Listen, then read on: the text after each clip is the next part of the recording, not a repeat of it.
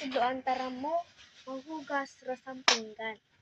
So guys, kung meron ka mo sang sang sarabon sa inyong hurugasan, ano lang itong gamiton yung hari amon guys, yan lang ka sabon.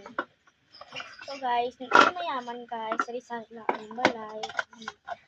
Amora ang apayag mo guys, at tawag na mura nga payag, kurang payag sa amo ako sana. Mura. Hari ang kabo sa ato ang limpyo nga tubig. Naama ko dito pero hindi na to gamiton kay tipid ta. Pang lainon naton ang kitchaw. Ang kutsara, baso and pinggan.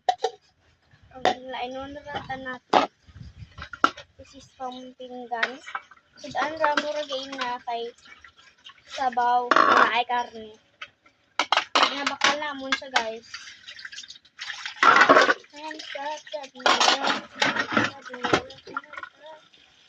Oh, kasi na dito. Oh, nawan lang mo ni. Saka na mag-init ko.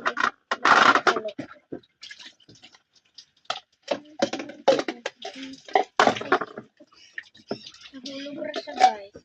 Ano? Kadaman tubig.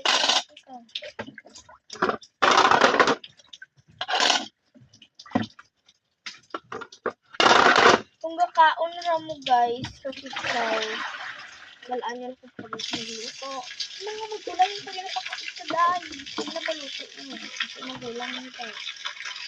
At magluto ko, maghugas pinggan, magluto, mauna dapat. Amat-amat so, ra mo food. Plato na lang naton nga magkulo-kulo ang tubig kag magbukal. Sunod naton ibutang aton nga pinaka-the best nga ketchup. So guys, amo lang to ma-remind sa ako ang pinsan. Ito katalak ng bebeg. So, maano na siya. Continue sa iya nga work. Continue pugod sa ako nga work.